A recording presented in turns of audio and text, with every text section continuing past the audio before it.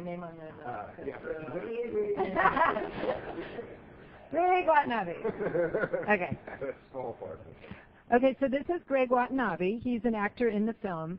The issues that come up about civil liberties and about military necessity and about, I think that those are questions that always come up in you know, after 9/11 and as we enter into the 50th year in this Iraq War. I think those things are questions that are still, people look back at the time of what happened to Japanese Americans then and some of the stands the Japanese Americans took then, whether or not they were resistors or whether or not they decided to fight.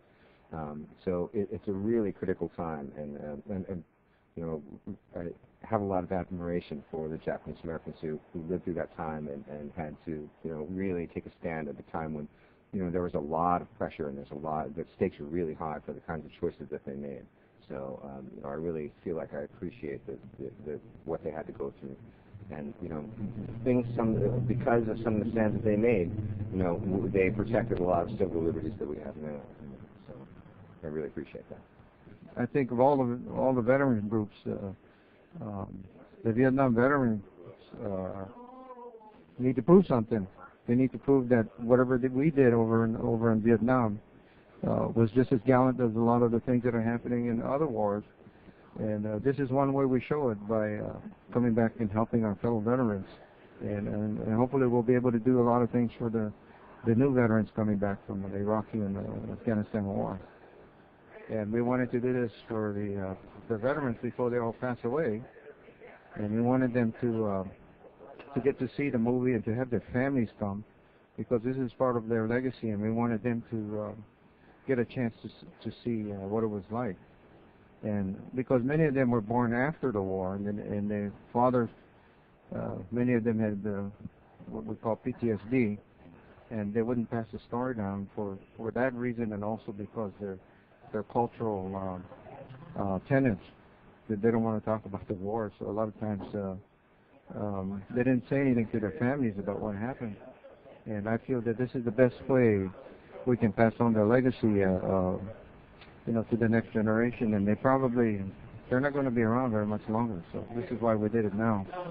You know, I think just a snapshot of what it was like, because I'm thinking, you know, unless you go through it yourself, you have no idea what people suffer through and the stress of not knowing what the next moment is going to bring. I mean, that's got to be just, I can't even imagine that. So anybody thinks their life is hard, watch this.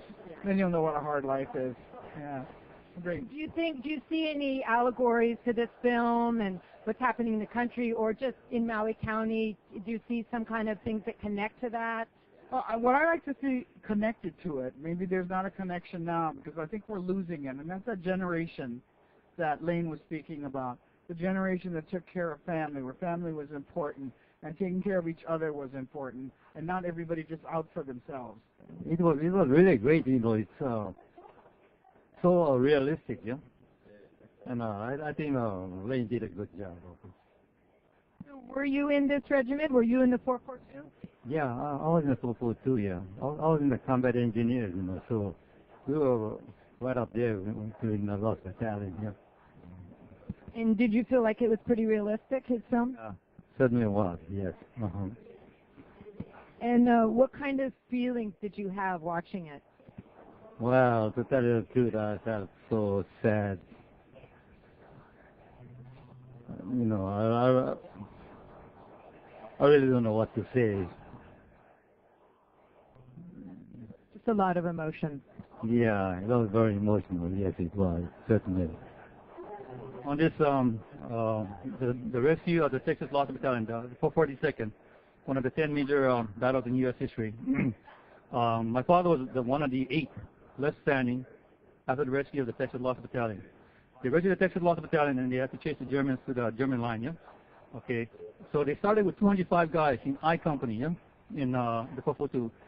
And when they reached the German line, there's only the general call for formation. And I Company only had 8 left standing. And he was kind of insulted. He said, hey, where's everybody? And somebody said, that's all we have. They were also, you know, brave people too. And after the 442 rescued them, they rested for 1 day. And then they joined the 442 to chase the Germans to the German line. And that's something that, you know, it's not in the books. But I think it's time that it was done. And I'm very grateful to him. You were in this war? Yeah. Yes, I was in, and from the original volunteer bunch. And what does it feel like to watch the film? Very emotional. Very emotional because we were there and we saw, after the battle, all the wounded that came back. And it's very emotional for me. What was your reaction to the movie? Just a feeling that's really hard to put into words. It was a very awe-inspiring movie, and I think it paid a great homage to our veterans of the 442nd and the 100th Battalion, and I would suggest everybody, from all generations, see this movie. When you watched this film, what kind of emotional feelings did you have? Well, I think this is one of the things that that made me want to help to show this movie to other people, because it does not only speak of the 442 story, 100 Battalion 442 story, but it also it's the story of all veterans who've been to war and who've fought wars overseas. And I think this particular movie, it really tells the whole story. No matter what war you've been in, it tells the whole story. Yeah. I wanted to talk to you about PTSD, post-traumatic stress disorder. PTSD has affected my life and many other veterans. Most of the guys I dealt with were veterans from Vietnam War, but I found out that a lot of the veterans from the World War II are still around with that problem. Nobody was helping them. They didn't know what they had. They called it shell shock, and they called it, other things back in World War II, and nobody told them what they had.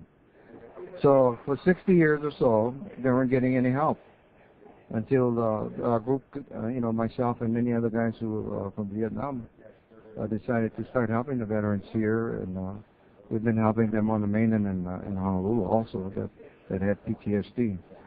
And the person who's really helped them is a psychologist here. His name is Dr. Richard Sword, and you should talk to him, because he's been the one that's really been at the forefront of helping most of the veterans of Maui receive some kind of help. So all I can say is that it's affected my life a lot, and it's affected a lot of other veterans a lot. And I think coming to know what you have and finding ways to deal with it really makes a difference in this latter part of my life. Anyway, I'm finding that I have a life to live yet, whereas a few years ago I didn't think I'd make it this far. Anyway, yeah. So PTSD. More people should know about that, especially people who have families and friends that are in the war. Thank you very much.